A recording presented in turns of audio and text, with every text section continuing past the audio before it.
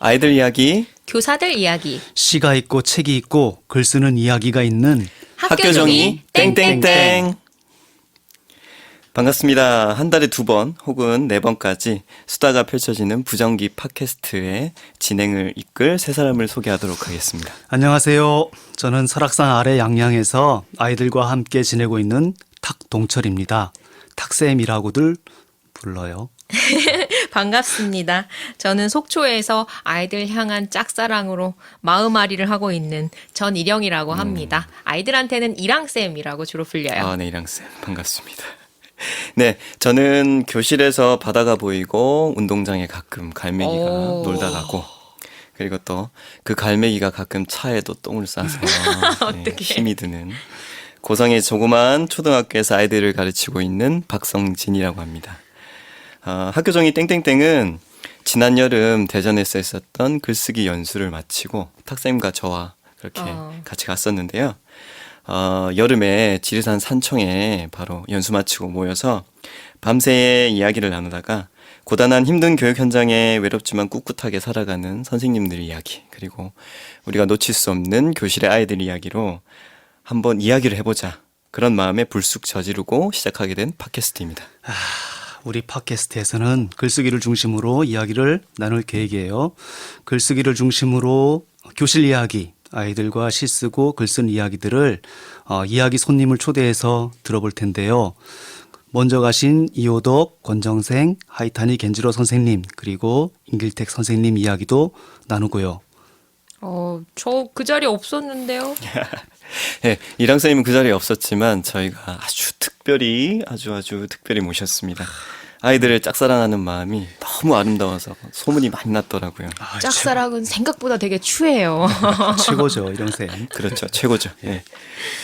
진행은 모두 세 마당으로 나누어서 할 계획입니다. 먼저는 교실 이야기를 듣는 시간, 그리고 이야기 손님과 이야기 나누는 시간, 아이들 시와 글을 소개하고 또 노래도 같이 들어볼 예정입니다. 그럼 시작해볼까요? 학교종이 땡땡땡 1교시를 시작하겠습니다. 첫 번째 마당은 교실 이야기인데요. 교실 이야기는 교실 안에서 벌어지는 여러 가지 일들을 글로 만나보는 시간입니다. 잘 해보려다가 잘 안 된 이야기, 그리고 아이들과 실갱이한 이야기, 그리고 공개 수업하다가 폭망한 이야기, 아이들 안에서 벌어지는 여러 가지 이야기든 교실 안에 있는 생생한 이야기들을 만나보려고 해요. 선생님들이 많이 글로 보내주시면 좋을 것 같습니다. 자, 먼저 탁쌤네 교실 이야기를 들어보도록 할까요?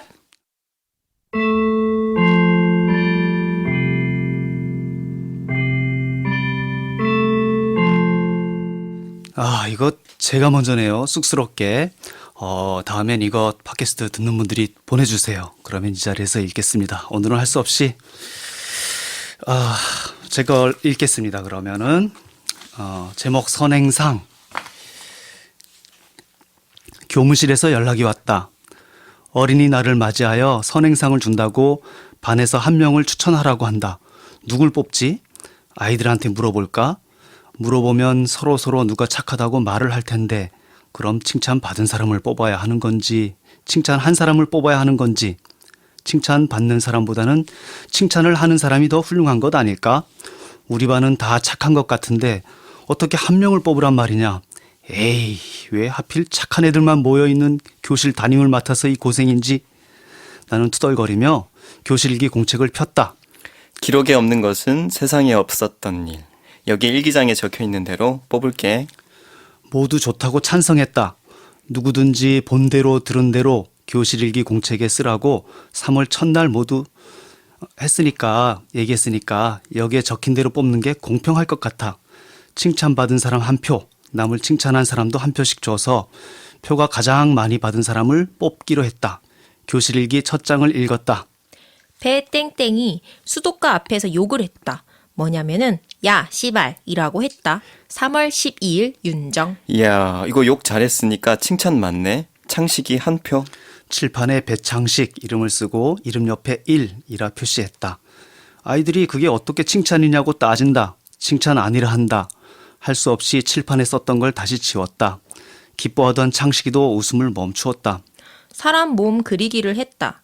그런데 색칠을 하면 할수록 이상해진다. 하지만 선생님이 화를 안 내셔서 안심했다. 3월 18일 소연. 이거 화를 안 냈으니까 칭찬 맞지? 칭찬 맞다고 한다. 그래서 칭찬을 받은 탁동철 한 표, 칭찬을 한 우소연 한 표, 이렇게 되었다. 아침에 만나자마자 쌤, 해바라기 나왔어요. 소리치는 창식이. 심은 지 하루 만에 나오는 싹이 어디 있나? 그래도 관심을 가지고 하는 말이니 반갑다.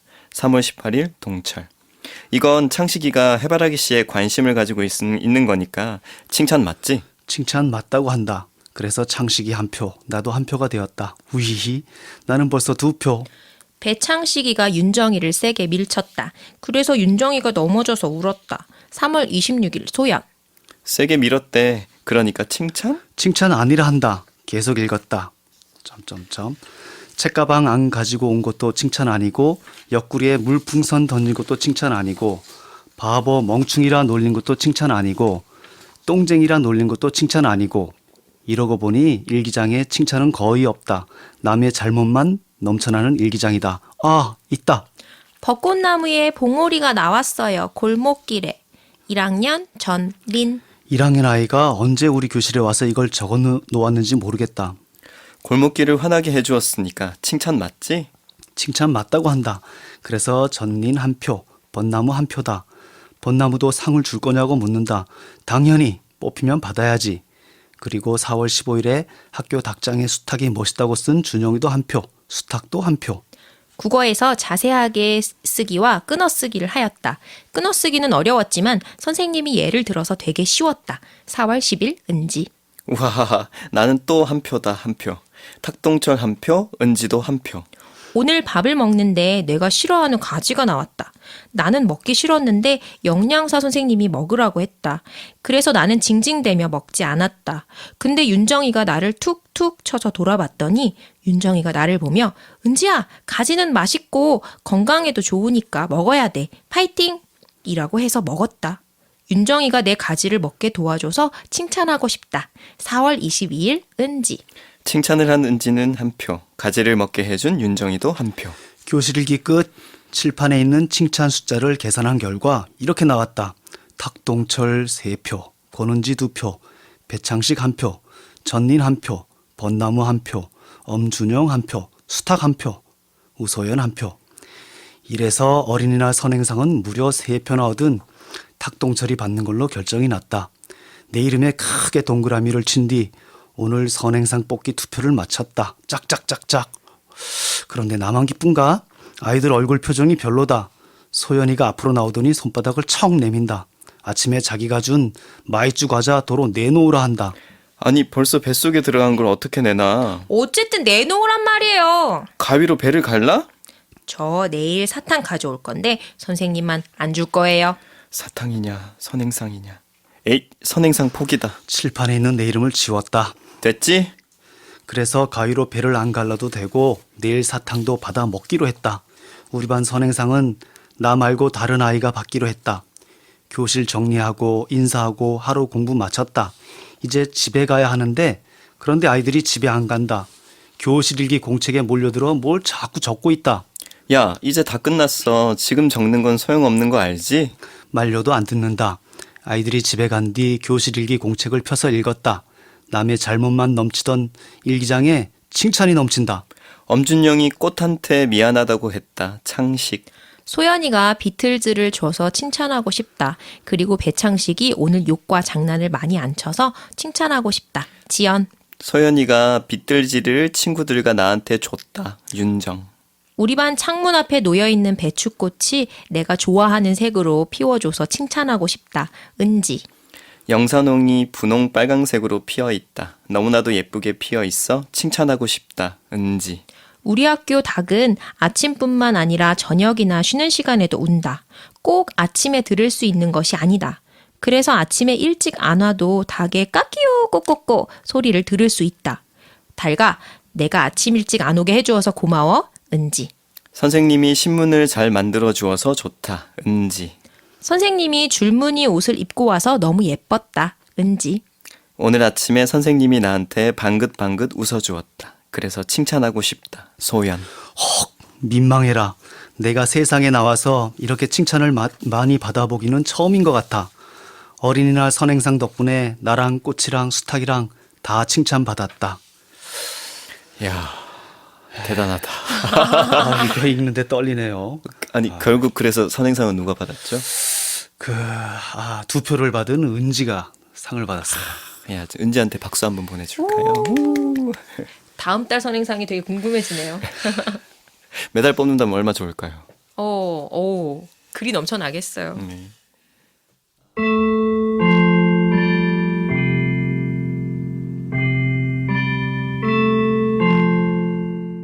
두 번째 마당입니다. 두 번째 마당은 이야기 손님을 모시고 이야기 나누는 시간인데요. 이야기 손님을 모시기 전에 손님에 대한 간단한 소개 부탁드리겠습니다. 네, 오늘 이야기 손님은요, 교직 35년 동안 글쓰기 교육을 통해서 끊임없이 아이들 삶에 다가가려고 했던 이상석 선생님이십니다. 책으로 이미 나와 있다고 하죠. 사랑으로 매긴 성적표, 그리고 못난 것도 힘이 된다. 읽어보셨죠, 박쌤? 네, 당연하죠.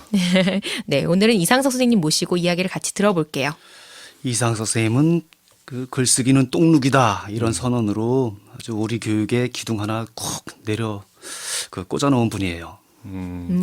그럼 이상석 선생님을 모시겠습니다. 와, 어서 오십시오. 아이고, 안녕하십니까. 이상석입니다. 반갑습니다, 선생님. 보고 싶었어요. 2015년도 2월에 퇴직을 하셨잖아요. 예, 예. 퇴직 후에는 어떻게 지내셨어요? 되게 지긋지긋한 교단을 떠났는데 지금 행복하세요? 행복하기도 하고 또 바쁘기도 하고 그렇습니다. 내가 옛날에 젊었을 때 공부를 많이 안 해가지고 요즘 이 공부 총량의 법칙이 있는 것 같아요. 공부할 게 너무 많아서 늘 밤늦게 자고 아주 새벽에 일어나고 이런 일을 반복하고 있습니다. 그런데 가장 안타까운 것은 아이들을 잘 못 만난다는 거죠. 강연 따위로 아이들을 만나긴 하는데 삶을 나눌 수가 없어요.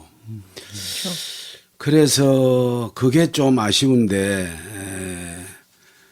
특히 요즘 같은 가을날에는 더 그립습니다, 아이들이. 선생님, 뭐가 그렇게 그리우세요? 성모여고 있을 때 얘기 한 가지 할까요? 성모여고에서 하루에 수업이 3시간 국어가 들었던 날이 있었어요. 시간표가 바뀌어가지고. 그때 아이들이, 얼마나 지겨울까, 4시간이. 그래서 내가 교실에 들어가기가 민망했어요. 그런데 그날 교실에 들어가니까 교실 전체 바닥에다가 낙엽을 수북하게 애들이 깔아놨어요. 책상을 전부 다 뒤로 밀고 아이들이 거기에 체육복을 입고 이렇게 앉아 있어요. 야, 나는 그 아름다운 낙엽에 쌓여가지고 수업을 하는데 어떻게 수업을 했는지 모르겠어요. 얼마나 아름답던지. 낙엽만 보면은 그때 그 아이들이 생각이 납니다. 당연히 그렇겠어요. 이 가을에 낙엽하고 같이 하는 수업은 어떨지 너무 궁금한데요. 근데 성모여고는 뒷산이 아주 아름다운 산이 있거든요. 그 산에서 우리는 자주 산으로 올라가서 묵상 수업도 하고 하늘 바라기 수업도 하고 그러면서 국어 시간에 체육복을 아마 체육 시간보다 많이 입었을 거예요. 그때 그렇게 가르쳤던 아이들하고 내가 2년을 못 넘기고 학교를 쫓겨났습니다.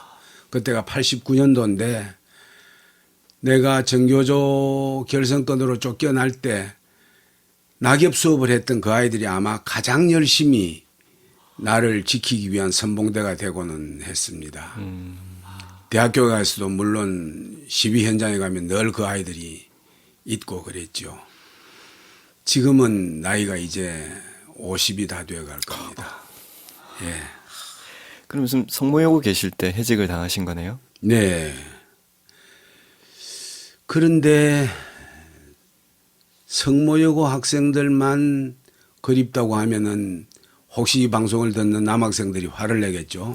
그러니까 여학생들하고의 추억만 이야기하신 거 보니까 여학생들하고만 교감이 있었고 남학생들하고는 전혀 교감이 없었나요? 아, 선생님? 그런 건 아닙니다. 남학생들하고도 교감이 있었죠. 특히 중학교 때 그랬습니다. 대양중학교라는 곳에 제가 근무를 한 적이 있었는데요. 학생들이 어릴 때 가장 예쁠 나이가 있어요. 남학생은 남학생대로, 여학생은 여학생대로. 남학생은 언제가 제일 예쁠 것 같아요? 예쁠 때? 우리 반 애들이 제일 예쁜데. 그렇죠. 자기가 가르치는 아이들이, 저는 초등에 안 가봐서 모르는데 제일 예쁠 때가 중1 때라고 저는 생각해요. 중일. 중학교 1학년 애들이 그 털이 보송보송한, 솜털이 보송보송한 얼굴을 하고 그리고 자기를 찾아가는 모습이 조금씩 보이고 할 때가 가장 예뻐요. 그럼 여학생은 언제가 제일 예쁜 줄 알아요? 여학생. 고1? 고1? 고1? 왜요? 아니요. 여학생은 언제나 예쁩니다.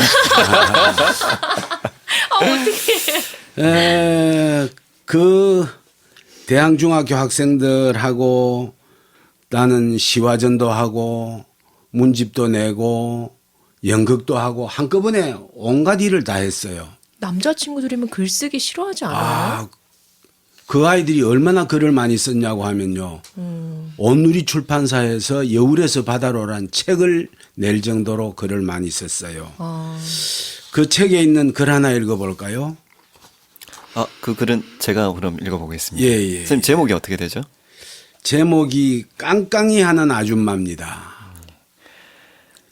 지난 일요일 나는 아버지와 함께 조선소에 간 일이 있었다. 마치는 시간이 되기 전에 갔기 때문에 기다려야 했다. 나는 다리 하나 없는 의자에 앉아서 깡깡이 하는 모습을 보았다. 머리는 모자를 쓰고 태 있는 데까지 수건으로 돌려서 색가루가 눈에 들어오지 못하도록 하였고 신발은 운동화나 장화를 신었으며 옷은 몸빼를 입고 위에는 다 떨어져가는 잠바를 입었는데 잠바 안에 다른 옷을 더 입은 것 같았다. 얼굴은 검게 그을려져 있었고 그 위에 색가루가 범벅이 되어 있었다. 일하는 사람들의 장소는 다양했다.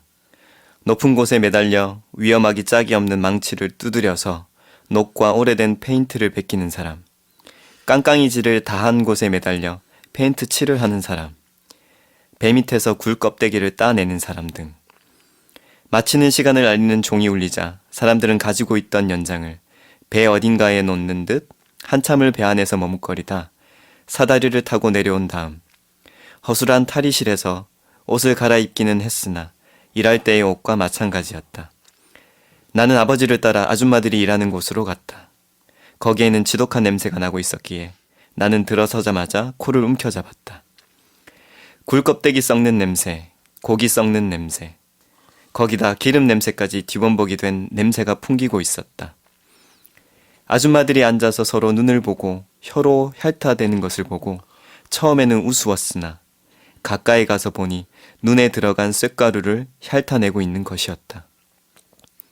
눈에서는 눈물이 흐르고 얼굴은 찡그러져 있었고 앞에 앉은 아줌마는 계속 혀로 핥다가 다시 눈썹을 까보고는 핥더니 다 나왔다고 하면서 침을 뱉는다.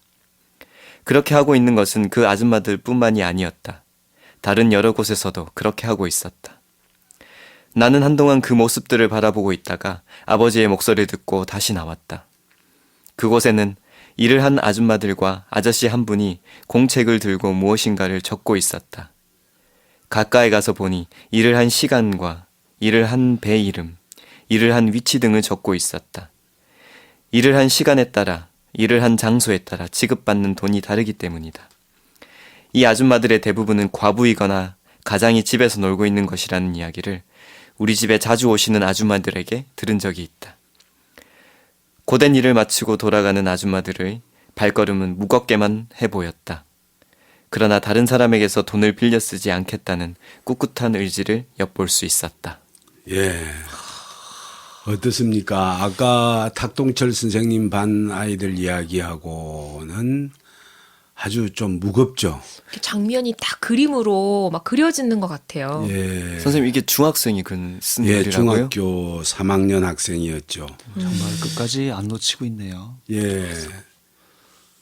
장면을 이렇게 그리듯이 그려낸 것, 그리고 그 일하는 사람들의 모습을 끝까지 놓치지 않고 보는 것은 그 아이가 그 사람들에 대한 사랑이 있다는 거죠. 그것을 놓치지 않고 이렇게 써내었습니다. 특히요, 이거 한번 봐주십시오. 아줌마들이 앉아서 서로 눈을 보고 혀로 핥아대고 있는 것을 보고 눈을 까디집고 서로 핥아서 쇳가루를 떼냅니다.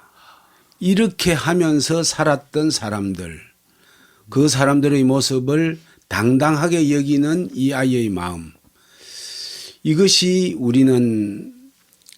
우리가 지켜가야 할 정신이라고 생각을 하는데요.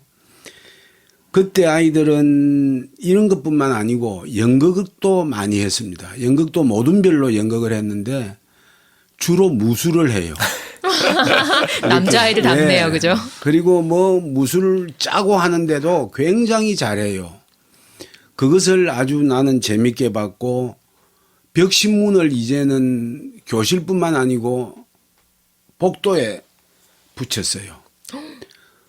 그래서 학교에서 문제가 되는 것을 아이들이 대자보 형식으로 써붙여내는 이런 일도 스스로 했죠. 덕분에 저는 그때 감봉을 받았습니다. 교육청으로부터 학생들을 의식화시킨다고 네. 그랬던 아이들이 지금 한 또 50쯤 됐겠네요. 예, 그런 아이들이 있었습니다. 저희가 다 이렇게 지나보면 추억들이 다 아름다워 보이잖아요. 맞아요.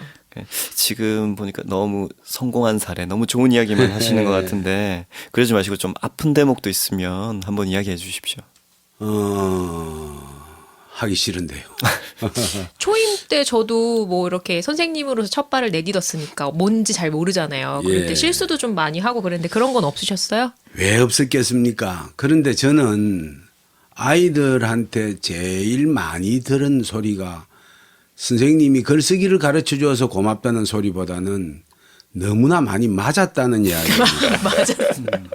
아이들을 그렇게 때린 것 같아요. 근데 사실 난 기억에 별로 없거든요. 때려놓고 기억이 안 난다고요? 선생님, 이건 좀 이상한데요? 참나. 청문회 나온 사람들 다 그렇게 이야기하던데. 여기는 청문회 자리가 아니지 않습니까, 선생님? 근데 때리긴 때린 것 같아요. 때린 것 같은데 미워서 때린 적이 없습니다. 저는. 이렇게 말하는 것도 완전히 그냥 국회의원식이네. 자, 지금 비리가 하나씩, 이렇게 하나둘씩 벗겨지고 있습니다. 선생님, 까는 김에 한 번 더, 말씀하실 거 있으면 또. 전요, 발뺌할 생각은 없는데, 폭력교사라는 것을 저 스스로는 이야기할 수 있지만은 다른 사람들이 저를 폭력교사라고 하면은 못 견딜 것 같아요. 그것을 좀 알아주시고 저한테 한 가지만 더 이야기를 하라고 하면은 까죠, 그럼 뭐. 제가 79년도에 교편에 처음 들어왔어요. 교단에 처음 들어왔는데 그 당시에는 선생 노릇하는 것이 아주 쉬웠습니다. 그냥 교사 자격증만 있으면 아무 데서나 선생을 할 수 있었어요.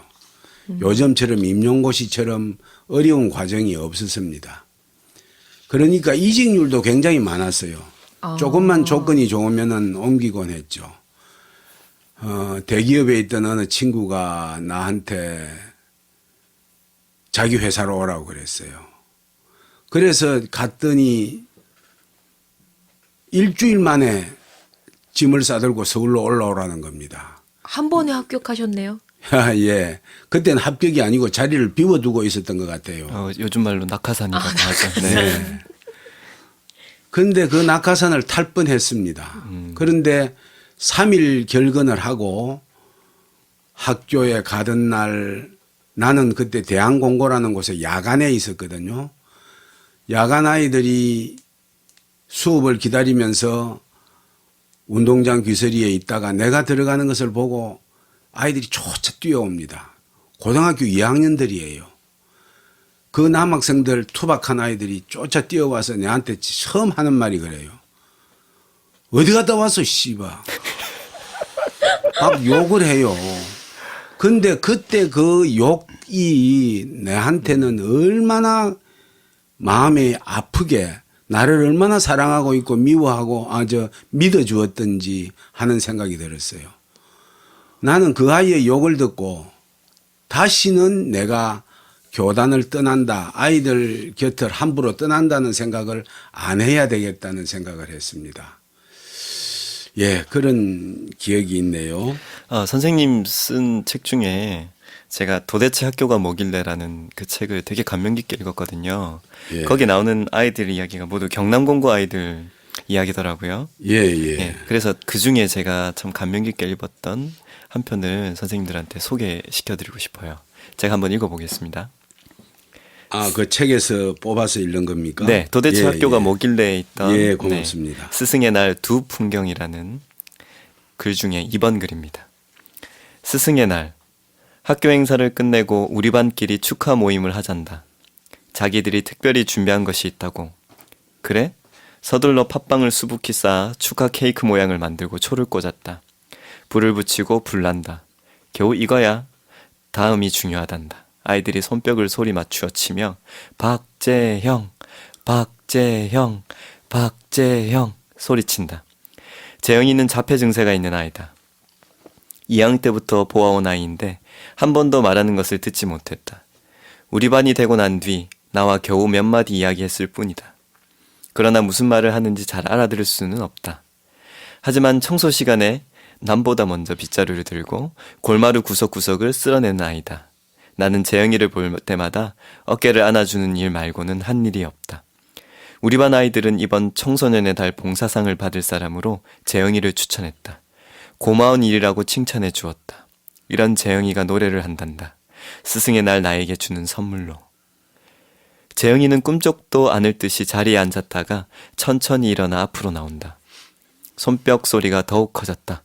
노래, 노래, 노래. 다시 재영이는 묵묵부답 교탁을 짚고 엉거주춤 서 있었다. 한참이 지나도 아이들의 고함은 끊이지 않았다. 재영이가 어렵겠구나 싶어 내가 어깨를 쌓아놨다. 어깨가 바들바들 떨리고 있다. 꼭 쌓아놨다. 그러는데 재영이 입이 조금 열렸다. 스승의 은혜는. 내가 얼른 손가락을 입에 갖다 댔다. 아이들은 일시에 고함을 멈추고 죽은 듯이 노래를 듣는다. 조용한 교실에 재영이 노랫소리가 조금씩 퍼져나간다. 음정도 발음도 맞지 않는 재영이 노래를 끊일 듯 하면서도 끝까지 이어졌다. 꽃끝이 아려왔다. 짝지 성재는 눈시울이 붉어진다. 노래가 끝나자 다시 해냈다 박재영, 해냈다 박재영 하며 손뼉을 쳐대었다. 재영이를 안았다. 손을 늘어뜨리고 내 품에 몸을 맡긴 재영이의 귀에 대고 속삭였다. 재영아, 나를 안아봐, 어서. 팔이 슬며시 들리더니 내 허리를 감는다. 내 목을 안아줘야지, 재영아. 내 목을 감아. 다시 속삭였다. 팔이 내 목을 감는다. 아이들은 더욱더 큰 소리로 재영이를 외치며 손뼉을 쳤다. 샴페인이 터지고 아이들은 우르르 몰려나와 우리 둘에게 올라타기 시작했다. 너무 찡하네요. 예, 지금도 그 재영이가 나를 안던 그 느낌이 살아나네요. 그러면 하신 김에 경공 이야기 조금 더 해주세요. 예, 경공 이야기를 연마당 한번 해볼까 생각을 합니다. 왜 제가 경공 이야기를 꼭 하고 싶으냐 하면은 52이 되어서 내가 경남공고로 발령을 받아서 갔거든요. 그때 아이들하고 지냈던 생활이 아마 가장 선생다웠던 그런 때라고 생각을 하게 되더라고요. 그 전에 선생 노릇을 못했다고 생각은 안 하지만 잘했다고도 할 수가 없어요. 아까 그 아이들 때리고 내가 확신을 하지만은 아이들에게 나의 생각을 너무 많이 주입을 한다든가 이런 생각, 이런 잘못들이 조금 있었던 것 같아요. 그런데 경공 아이들은 정말로 아이들을 있는 그대로 보았다 싶습니다. 그 중에 하나의 이야기를 먼저 시작을 할게요. 네, 그럼 제가 뭐 불러드릴까요? 예, 한번 펼쳐주세요. 네, 그럼 장면 1. 예. 우리 반에 아주 그 날라리 같은 학생이 하나 있었어요. 학기 초에는 왜 특활 부서를 뽑잖아요. 특활 부서를 뽑는데 얘가 이래 와서 특활을 뽑는데 줄넘기 다이어트 반에 가겠대요. 뭐 이름도 이상하더라고. 근데 줄넘기 다이어트 반, 너 거기 가면은 재미없을 텐데 하니까 저는 옛날부터 다이어트 하고 싶다고. 아주 빼빼한 놈이. 말랐는데요. 예. 그러면서 아마 그 여선생님을 보고 그 반을 택한 것 같아요. 우리 학교에서 가장 예쁜 처녀 선생님이 충분히 그 그럴 수 반을 있습니다. 담당하거든요. 네네. 그래서 이제 갔어요. 갔는데 좀 있다가 왔어요. 돌아왔어. 선생님 그거 못 가겠습니다. 왜 그러냐. 뭐 다이어트 반 거기 가면은 줄넘기도 그냥 줄 알았는데 사라 그러고 뭐 이래서 나 못 가겠다고. 건강 달리기 반으로 가겠다고 그래요. 뭐 줄넘기 다이어트나 건강 달리기나 비슷하니까 가라고 했죠. 또 왔어요. 선생님이 너무 겁이 나서 안 된대요. 그래서 다시 또 와서 어디로 가겠다니까 풍물반에 가겠대요. 야, 풍물반에 가면은 너 못 견딘다. 거기는 우리 학교에서 연습이 가장 빡신 데라고 소문이 났던 데거든요. 근데 그 풍물반에는 위계질서도 뚜렷하고 그래요. 얘가 도저히 못 참을 것이라고 생각했는데 악착같이 가겠대요. 거기에 아마 지가 좋아하는 여학생이 거기에 가는 것을 보았던 것 같아요. 그래서 가더니 조금 이따 또 왔어요. 풍물반 안 가겠습니다. 야, 이놈아, 너 이거 너무하지 않느냐. 그때 내 옆에 앉아있던 어느 선생님이 너 그냥 우리 반에 들어오라. 그렇게 이야기했어요. 그러니까 그 아이가 선생님 무슨 반이에요? 시감상반이다. 아유, 저는 시감상하면 머리에 쥐가 나요. 이러면서 시감상반을 안 하고 문예반을 가겠대요. 같은 거 아니에요? 예, 근데 이제 문예반에는 선배들만 하고 선생님이 잘 안 온다는 정보를 입수를 했대요. 그렇죠. 그래서 문예반에 갔다가 문예반에서도 나왔어요. 선생님이 바뀌어서 빡칠 것 같아. 나는 그때 이제는 화가 좀 나죠. 네. 자꾸 바꾸니까. 그래도 참고 있는데 서예반을 가겠대요. 자, 생각해 보십시오. 줄넘기 다이어트 반에서 서예반으로 전혀 다른 것으로 갔죠. 견뎌낼까 하다가 아이고 네 마음대로 해봐라 싶어서 서예반에 보냈어요. 또 왔어요. 내가 이놈이 하고 확 고함을 지르려고 하는데 커피를 한 잔 탁 내 책상 앞에 놓아요. 그러면서 이 뭐야 이러니까 저 마음인데요. 아유, 어떡해. 살아갈 국민이 있네요. 예, 참은 보람이 있죠.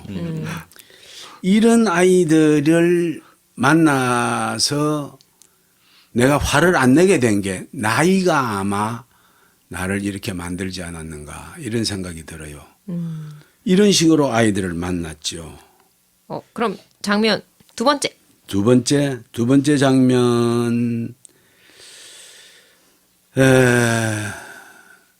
나는 아이들 집을 다 가보았거든요. 가정방문 예, 말씀이시죠? 가정방문 이야기는 좀 이따 하기로 하고. 그런데 어느 한 아이가 결석이 너무 잦아요. 결석 안 하면은 지각을 합니다. 꼭 점심시간 전에 학교에 옵니다. 학교에 와서 점심밥 먹고 1시간쯤 교실에서 자다가 그다음 종례 전에 집에 갑니다. 그러니까 얘는 그냥 학교에 밥 먹으러 왔다가 그냥 나가는 아이였죠. 아마 내가 옛날 젊었을 때 같으면은 호되게 닥달을 했을 겁니다. 그런데 사정이 있을 것 같다 싶어서 집에를 가보니까 저기 산동네 꼭대기에 꼭대기 집에 그 집의 꼭대기 옥탑에 거기에 방이 있어요. 방이 있는데 놀랍게도 그 방에 들어가니까 두 집이 살아요. 이쪽 방 저쪽 방 가운데 조그마한 부엌 어머나. 네네. 양쪽에서 이래 사는데 그 방 하나에 아버지와 아들 둘이 살고 있습니다. 근데 아버지가 내가 낮에 그 집에를 찾아갔는데 자고 있어요. 나는 일을 하다가 낮에 자는 줄 알았는데 아니고 직업이 없이 늘 거기 자고 있어요. 아들이 뭐 라면이라도 끓여다 주면은 겨우 먹고 하는 그런 아이였어요. 이런 아이니까 내가 어떻게 학교에 오느냐 안 오느냐를 따져서 이야기를 하겠습니까? 우리 반 아이들도 답답하게 생각하고 있었던 차에 어떤 일이 있었느냐 하면은 우리가 청소 잘해서 주는 왜 그 생활금열 상이 있잖아요. 거기에 문화상품권 2만 원어치를 상품으로 받았어요. 우수상을 우수반이 되어가지고 아, 반에서 받은 거네요. 예 학교에서 주는 아, 거죠. 네네네. 그 문화상품 넉 장을 어디에 쓸 것인가 하는 것을 회의를 했어요. 그때 아이들이 회의를 하는데 뭐 어디에 쓰자 하는데 그게 뭐 크게 쓰일 때가 있나요? 근데 어느 한 아이가 선생님 자명종을 삽시다 이래요. 그래 자명종을 왜 사냐 하니까 아 저 성엽이 저놈 늘 지각하고 결석하고 하는데 지도 늘 잠을 못 깨서 학교에 늦었다고 하니까 자명종을 사서 깨워서 학교에 올 수 있도록 우리 대신에 자명종이 깨워주도록 그렇게 합시다. 그래서 자명종을 사라고 반장한테 이야기를 했죠. 그러자고 결정을 했죠. 그런데 반장이 자명종을 2개를 사왔어요. 왜 2개냐 하니까 자명종이 얼마 안 하더만요. 그러니까 2개 값이 되는 거야 그게. 왜 2개를 샀느냐 하니까 저놈이 한 번만에 일어나겠느냐. 하나는 지 머리맡에 놓고 또 하나는 저 발치에 놔가지고 꼭 좀 일어나게 하자고. 아이들이 그 친구를 보고 네 앉아 자명종 소리 듣고 일어나겠지 하니까 못 일어나면 반납할게 이러는 거예요. 와. 그래 아이들이 반납은 없다. 그 아이가 일주일 동안 지각이 한 번도 없었습니다. 그런데 일주일 후에는 결석 지각이 그대로 반복되대요. 왜 그러냐 물어보니까 자명종 소리도 이제는 자꾸 들으니까 참을만 하다 이래요. 이야, 그런 아이도 있었습니다. 아마 나중에도 거의 잊지 못할 거예요. 그 애가 그 아이들이 자기 사표 그렇죠. 자기를 취하겠죠. 위해서 네. 자명종을 사주었다는 것은 아마 이 아이도 잊지 않고 살아갈 것입니다. 뭐 다른 가정 방문은 없으세요? 그럼 3번째 되겠네요. 장면 3. 가정방문 요즘은 가정방문을 뭐 학교에서 공식으로 못하게 하죠. 네. 그런데 우리 학교 학생들은 가정방문을 다 해야 합니다. 경공아이들은 기본으로 특징이 가난한 아이들만 살고 있어요. 그래서 내가 다 가봐야 되겠다 해서 그냥 우리 반만 가정방문을 했습니다. 4월 초 3월 말부터 한 달 동안 하면은 수업 마치고 보충 수업이나 자율학습이 없으니까 3시나 이때쯤 돼서 학교에서 나오죠. 아이들 한 4-5명을 데리고 같은 동네 아이들. 먼저 저녁을 같이 먹어야 됩니다. 그래서 저녁을 같이 먹고 이제 출발을 하는데 이런 저녁을 먹죠. 학교 앞 중국집에 가서 이제 밥을 먹잖아요. 밥을 먹으면은 뭐 그냥 뭐 짜장면 먹죠. 근데 꼭 저는 빼가를 한 병 시킵니다. 그 학생들한테도 주셨나요? 아니요. 학생들한테 안 주고 내가 달라고 하는 애들만 줬어요. 빼가를 한 잔씩이라도 전부 돌려서 같이 한 잔을 할 때 남자들끼리 느끼는 정이 있습니다. 그 여학생들하고도 못 먹을 것은 아닌데. 그렇죠, 그렇죠. 그런데 그 아이들하고 한 잔 나누고 나면은 조금 마음이 열립니다. 그리고는 이제 이야기를 하죠. 어느 집부터 갈까? 아, 우리 집에는 어머니, 아버지 안 계세요. 아, 없는 줄 안다. 그냥 네 사는 것만 보면 된다. 그럼 선생님 사는 것도 좀 보여주세요. 틀림없이 보여주마. 너희들이 오면 보여준다. 그러니까 너희들 집에 그냥 가서 이야기를 조금 해보자. 가정방문을 가고 나면은 선생님들도 해보셔서 아시겠지만 그 집을 본 사람은 그 아이를 전부 이해를 합니다. 집 사는 것을 보면은 마음이 달라지죠. 그렇죠. 예. 그래서 이렇게 가곤 했는데 아이들이 가정방문에 관심이 있는 게 아니고 저녁을 뭐 먹었나에 관심이 많아요.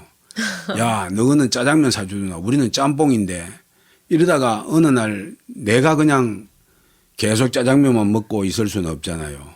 그래서 아이들하고 가면서 돼지국밥을 먹으러 갔다 오면 그 다음 날부터는 막 아이들이 아니 우리는 왜 돼지국밥 안 사주냐고. 그럼 또 어떨 땐 돼지갈비를 한번 같이 먹습니다. 오. 내가 좀 출혈이 심하죠 그때는. 네. 그렇게 되면은 그 뒤에 아이들은 완전히 그냥 죽을라 그래요. 아 우리도 갈비 먹어야 되겠다고. 근데 내가 제일 문제가 되는 아이들 몇 명을 데리고 갈 때 거의 마지막이죠. 이제 데리고 갈 때 너는 돼지갈비보다 더 좋은 거를 먹이겠다. 뭡니까? 이래요. 너희 집에 가서 라면 끓여 먹자. 그러니까 하나의 친구 집에 가서 라면을 끓여 먹으려고 그러니까 투덜투덜해요. 그래도 그 뭐 오래 그래 하나요? 그 가가지고 이제 저거 동네 슈퍼에 가서 라면을 삽니다. 라면도 사고 달걀도 한 판 사고 내가 가서 소주를 한 병이 들죠. 어디서든 술이 안 빠지네요, 선생님. 아, 그 아이들하고 아주 매끄럽게 감정을 이어주는 가교가 저는 술이라고 생각합니다. 그런데 한 놈이 내한테 와서 귀에 대놓고 얘기를 합니다. 선생님, 사람이 넷입니다. 소주를 한 병 드니까 사람이 넷인데 어떻게 한 병을 드냐 이거죠. 알았다. 그러면 몇 병이 필요하냐. 사람 수대로는 해야죠. 와. 왜냐하면 이 아이들은 언제나 술을 먹고 있던 애들입니다. 그것을 내가 도덕적인 뭐 또는 교사로서의 뭐 이런 뭐라 그럴까요? 잣대나 뭐 교훈적인 뭐 이런 것으로 생각하면 아이들하고 마음이 열리지 않아요. 현실을 현실 있는 그대로 봐야 되죠. 네. 그래서 아이들하고 같이 가서 라면 끓여서 소주를 먹고 있으면은 그 아이들하고 이마 한번 서로 부비고 나면은 뭐 문제나 이런 것이 생겼을 때 나한테 비밀로 하거나 말을 안 하거나 이러지는 않습니다. 그러면서 마음이 열리고 함께 글도 쓰게 되고 이래 되죠. 저는 그때 그 아이들이 얼마나 귀한 아이들이냐 하면요. 내가 버버 같은 말을 많이 들었습니다. 그 아이들이. 그 가난한 아이들 집에 가서 내가 야, 뭐 성진아, 너 뭐 집에 뭐 필요한 거는 없어? 내가 필요한 거 사줄 형편도 못 되면서 물으면은 그 친구들은 아이고 여태껏 잘 살아왔는데 뭐 굳이 필요한 게 뭐 있겠습니까? 정말 법정선임 무소유를 이 아들은 실천하고 있구나 하는 생각이 들 정도로 얘기를 합니다. 그 사실 형편이 어떠냐 물으면은 적당한 것 같은데 좀 약간 부족합니다. 그거는 참을 수가 있습니다. 이렇게 이야기하는 아이들입니다. 그런 아이들하고 같이 살아가는 내가 참 여러분들은 저 사람이 선생 열심히 했구나, 아이들을 잘 알구나 이렇게 생각할지 모르지만 한편으로는 안 그런 것도 있어요. 다른 이야기를 한마디만 더 하면요. 4월 달인가 5월 달에 중간고사를 치죠. 네. 중간고사를 치는데 한 아이가 내가 감독을 하고 있는데 오른손을 책상 밑에 내려서 있어요. 컨닝하는 거 아닌가요? 그러니까 말이에요. 내가 이놈이 컨닝을 하려는구나 싶어서 그 친구 옆에 가서 서 있었죠. 손을 못 올리도록. 그런데 이 친구가 한참 있다가 나를 이렇게 힐끔힐끔 봐요. 의심받고 있다는 것을 지도 느끼죠. 오른손을 싹 올려요. 올리는데 손가락이 없어요. 아이고. 4월 달이 되도록 그 아이 손가락이 없는 것을 나는 몰랐던 겁니다. 늘 그냥 호주머니에 손을 넣어 있고 이래서 몰랐던데 이런 무관심한 또 선생이구나 싶어서 마음이 아팠던 적도 있습니다. 재미난 이야기로 하나만 더 해야 되겠습니다. 내 이야기가 영 재미가 없는 것 같은데 네, 재미날 때까지 한번 해보겠습니다. 아니 너무 푹 빠져서 듣고 있었어요. 네. 그 앞에 이야기가 아직 진정이 안 됐어요.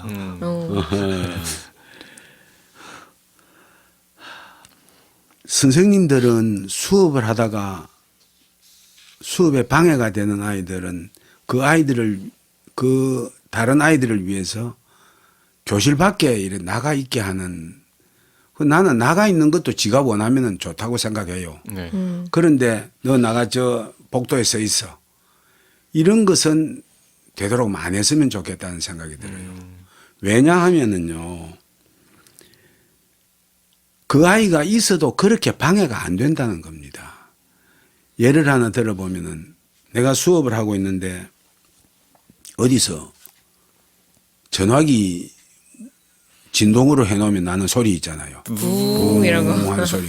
이게 들려요. 아이고 미안하다 이러면서 내가 내 벗어놓은 양복에 거기에 전화기에서 소리가 나고 있어요. 그래서 가서 이래 전화기를 보니까 소리가 안 나요. 그래서 놓고 돌아서니까 또 뿡 소리가 나요. 이게 아까 꺼졌다가 다시 켜진다고 또 보니까 또 안 나요. 아이들이 막 웃어요. 계속 어디서 부 소리가 나. 야, 전화기 꺼라. 이거 누구 거냐? 막 이러면서 내가 그런데 보니까 한 놈이 소리를 내는데 연판 전화기 소리를 내요. 입으로. 예, 입으로. 어머. 막 웃고 나도 같이 웃고 야, 너 그 소리를 정말 잘 내는구나 이러고 있는데 끝까지 그래요. 수업을 방해하려는 듯이. 근데 아이들이 웃고 하다가 내가 화를 내려다가 그런 생각이 들었어요. 내가 수업을 해서 진도가 얼마나 나가겠느냐 이 시간에 그 몇 번 더 부하는 소리를 듣고 참자. 그리고 그 아이가 신나게 스스로 안 하도록 그렇게 하자 싶어서 계속 내봐 이러니까 그 아이가 소리를 죽이면서 하는 말이 선생님은 우리 마음을 좀 알아주는 것 같다고. 내가 이러면은 열리면 선생님들이 다 나를 내쫓던데 선생님이 오늘 내한테 통과했다고. 그 이놈은 시험을 하고 있었어요. 선생님들을. 예, 아이들이 전부 부소리를 내게 하고 얘는 그렇게 시험을 하고 있었죠. 그래서 선생님이 처음 시험을 통과한 선생님이시죠. 통과를 했습니다. 야. 그래서. 그런데 이 친구는 그 시험을 하면서 얼마나 맞았겠어요. 몇 번이나 쥐어 박히고 쫓겨나가고 하면서도 끝까지 이 친구는 그러고 있었던 겁니다. 그런 아이들이 글을 쓰기 시작했는데 얼마나 많은 글이 나오는지 그것은 또 좀 이따가 이야기를 하도록 하겠습니다. 어때요? 우리 반 아이들. 너무 귀한 이야기를 많이 들은 것 같아요. 그럼 선생님 그 경남공고에서는 몇 년 동안 계셨던 거예요? 4년 있었죠. 4년. 52에서 56까지 4년 동안 있었는데 그 아이들 이야기를 써서 책으로 묶었던 게 도대체 학교가 뭐길래 하는 책입니다. 근데 나는 그 책을 내고 나면은 아이들이 열화 같은 관심을 보이면서 책도 다 사보고 모이고 이럴 줄 알았는데 연락이 너무 안 돼요. 왜 그러냐 보니까 지금 나이가 이제 29 정도 됐거든요.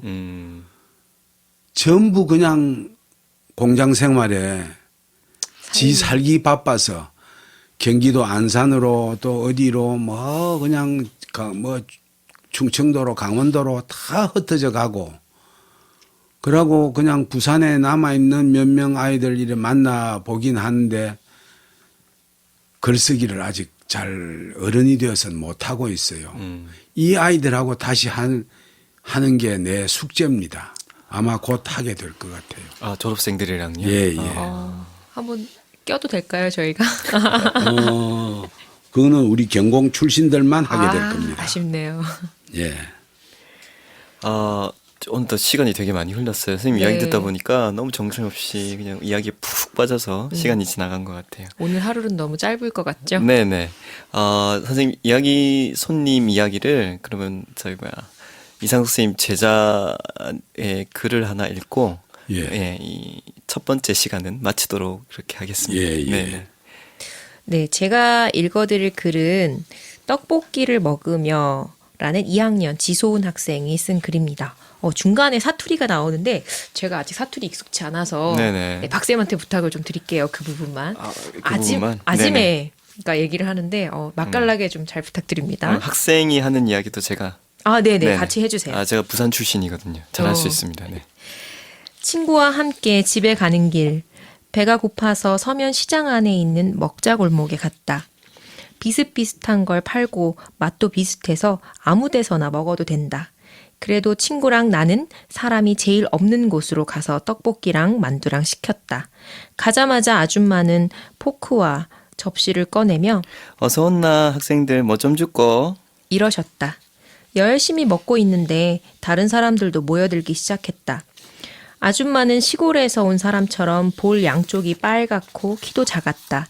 금방 장사를 시작했는지 이것저것 준비하는데 너무 바빠 보였다. 나는 별로 신경 쓰지 않고 먹고 있었는데 아줌마가 갑자기 물을 퍼붓는 파란색 바가지에 밥이랑 온갖 반찬을 넣어서 비비고 있었다. 나는 솔직히 말해서 그때 음식 쓰레기인데 왜 비비지? 하는 생각도 했다. 아무튼 아줌마는 그걸 다 비비더니 허겁지겁 먹기 시작했다. 꼭 뭐에 쫓기는 사람처럼 입에 넣고 또 넣었다. 아줌마가 밥을 먹다 우리 옆에서 떡볶이 먹고 있던 사람이랑 눈이 마주쳤나 보다. 씩 웃으며 배가 너무 고파서 이제 요래무면 저녁인기라. 이러셨다. 눈 마주친 사람은 아무 말 없이 떡볶이를 다시 먹었다. 한참 먹고 있는데 옆에서 뭐 개밥그릇이 어쩌고 저쩌고 이러면서 웃는 거였다. 자세히 듣질 못해서 모르겠지만 눈은 분명 아줌마가 먹고 있는 바가지에 향해 있었다.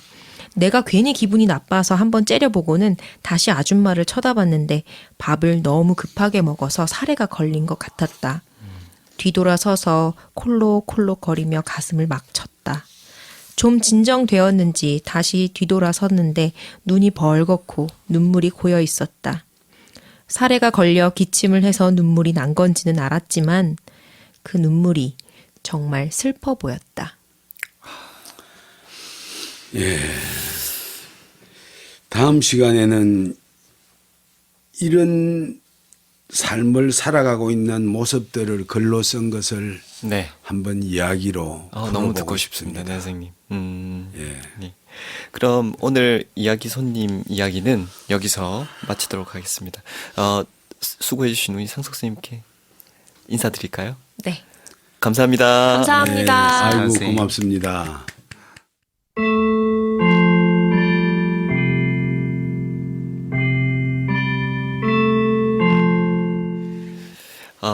이번 시간은 이제 그 아이들의 시나 아이들의 글 그리고 노래를 듣는 시간인데요. 첫 번째 시나 글은 우리 상석 선생님 제자분의 글을 들었으니까 노래를 듣도록 하겠습니다.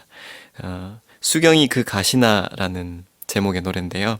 임길택 선생님의 시에 백창훈 선생님이 노래를 붙인 노래입니다. 자, 같이 들어보시죠.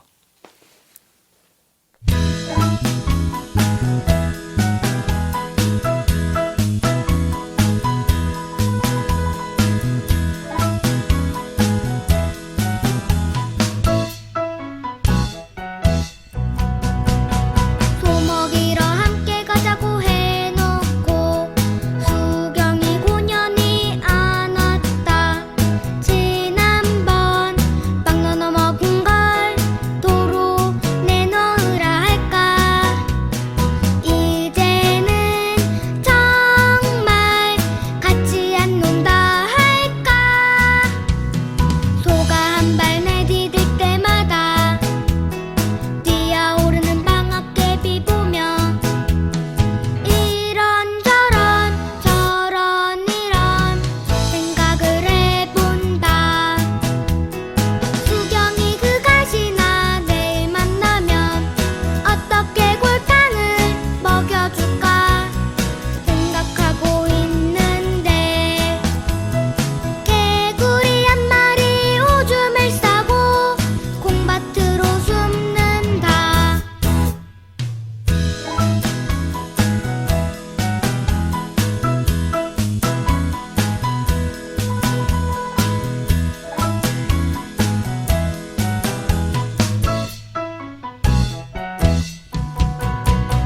술 먹이러 함께 가자고 해놓고 수경이 9년이 안 왔다.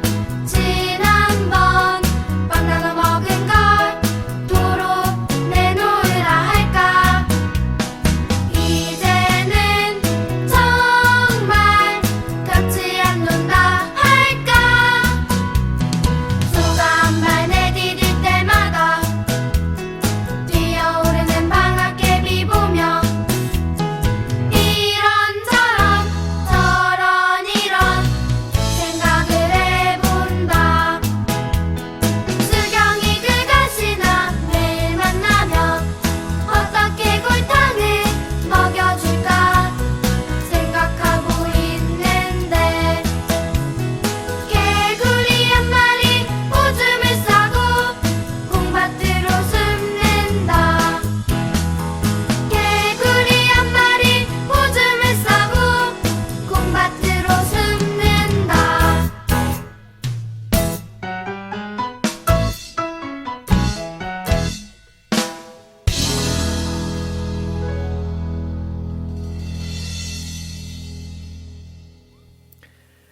아, 오늘 1교시 선생님들 어떠셨나요? 좀 뭐 팟캐스트라고 해가지고 이건 또 뭔 일인가 해서 자리에 앉아봤는데 듣는 사람은 어쩐지 몰라도 저는 아주 좋았어요. 그 이상석 선생님 진심이 마음에 콕 박혀서 말이 잘 안 나오네요. 하여튼간 눈만 깜빡거리고 앉아 있어도 공부가 되네요. 네, 저도 아이들하고 이런 글쓰기를 통해서 뭔가 삶을 주체적으로 기록하는 글벙어리에서 벗어나는 삶을 좀 살아봐야겠다 이런 생각이 들었습니다. 아, 글 벙어리요? 네. 글 벙어리가 뭐죠, 선생님? 그 이사 선생님이 이제 아이들 글쓰기 지도하면서 주셨던 글에서 봤는데요. 요즘에 이제 말이나 글을 모르는 사람은 없지만 사실 글 벙어리인 사람들이 굉장히 많다고 들었어요. 그래서 그냥 고개만 끄덕이는 사람이 아닌 저도 제 글을 또는 아이들도 함께 글을 자기 삶에서 충분히 쓸 수 있는 네, 그런 사람을 만들어주고 싶어요. 같이. 아, 저는 그 이상석 선생님 교실에 잠깐 앉았다 일어난 기분이에요.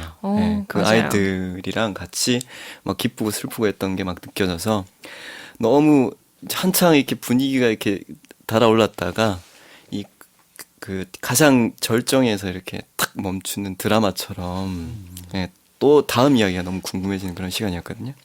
그래서 2교시에도 우리 이야기 손님으로 이상석 선생님을 마저 모시고 이야기가 시가 되는 교실, 비 맞는 옥수수 이야기로 또 이야기 마당을 꾸며보도록 하겠습니다. 그럼 첫 방송이었는데 되게 부족함이 많았던 것 같아요. 선생님 어떻게 생각하실지 모르겠는데 근데 점점 더 저희가 나아지겠죠?